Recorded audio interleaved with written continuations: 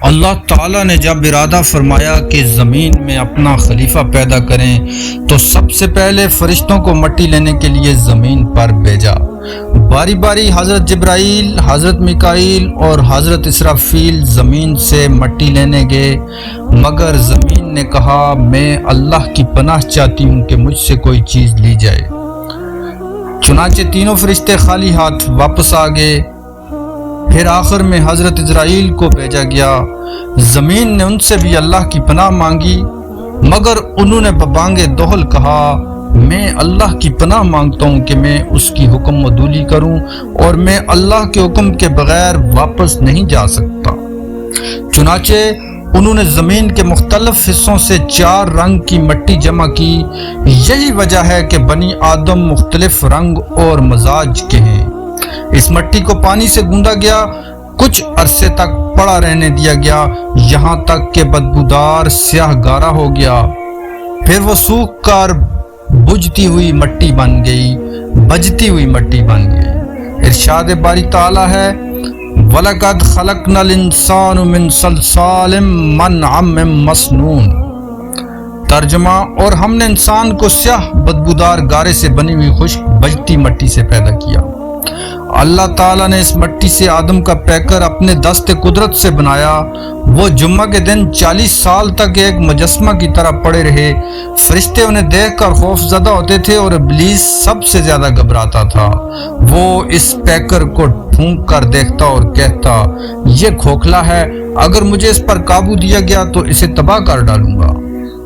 جب آدم کا جسم مکمل ہو گیا تو اللہ تعالیٰ نے فرمایا فَإِذَا سَوَيْتُهُ وَنَفَخْتُ فِيهِ مِن رُوحِي فَقَعُوا لَهُ سَاجِدِينَ۔ جب میں اسے درست کر لوں اور اس میں اپنی روح پھونک دوں تو سب اس کے آگے سجدے میں گر جانا۔ جب روح پھونکی گئی تو سب سے پہلے آنکھوں اور نتنوں میں اثر ہوا۔ آدم کو چھینک آئی۔ فرشتوں نے کہا کہو الحمدللہ۔ انہوں نے کہا الحمدللہ۔ اللہ نے فرمایا یرحمک اللہ۔ روح جب آنکھوں تک پہنچی تو آدم نے جنت کے پھلوں کی طرف دیکھا۔ پیٹ تک پہنچی تو انہیں کھانے کی خواہش ہوئی اور پاؤں تک پہنچنے سے پہلے ہی انہوں نے پھلوں کی طرف بڑھنے کی کوشش کی۔ اس پر قرآن میں فرمایا گیا خلق الانسان من عجل۔ ترجمہ، انسان جلد باز بنایا گیا ہے۔ اللہ تعالیٰ نے آدم کو فرشتوں کے پاس بھیج کر فرمایا انہیں سلام کرو اور سنو وہ کیا جواب دیتے ہیں۔ آدم نے فرشتوں کے پاس آ کر کہا السلام علیکم۔ فرشتوں نے جواب دیا وعلیکم السلام ورحمۃ اللہ۔ اللہ تعالیٰ نے فرمایا یہی تمہارا اور تمہاری اولاد کا سلام ہے۔ پھر سب فرشتوں کو حکم دیا گیا کہ آدم کو سجدہ کریں۔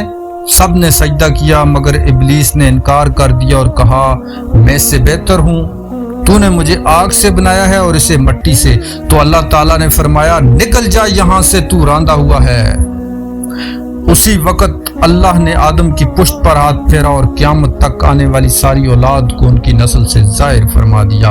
ان میں حضرت داؤد علیہ السلام بھی تھے۔ آدم نے ان کی قلیل عمر دیکھ کر 40 سال اپنی عمر سے انہیں دے دی۔ جب موت کا وقت آیا تو آدم نے کہا کیا میری عمر کے کچھ سال باقی نہیں؟ فرشتوں نے کہا آپ نے وہ داؤد کو دے دیے تھے۔ حضرت آدم علیہ السلام نے انکار کر دیا۔ یہی سبب ہے کہ آدم بھول گئے تھے اور ان کی اولاد بھی بھولنے والی بنی۔ حضرت آدم علیہ السلام کو مٹی سے بنانے کی حکمت قرآن میں ہے خلقہ من تراب۔ آدم کو مٹی سے بنانے میں کیا حکمتیں ہیں؟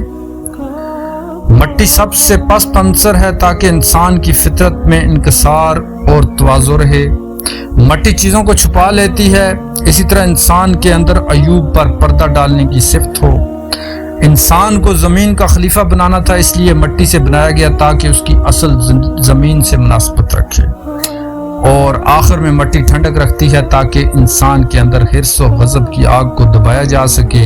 اللہ کی قدرت کا اظہار ہوا کہ سب سے کثیف اور کم تر عنصر مٹی سے سب سے اعلیٰ مخلوق کو پیدا فرمایا۔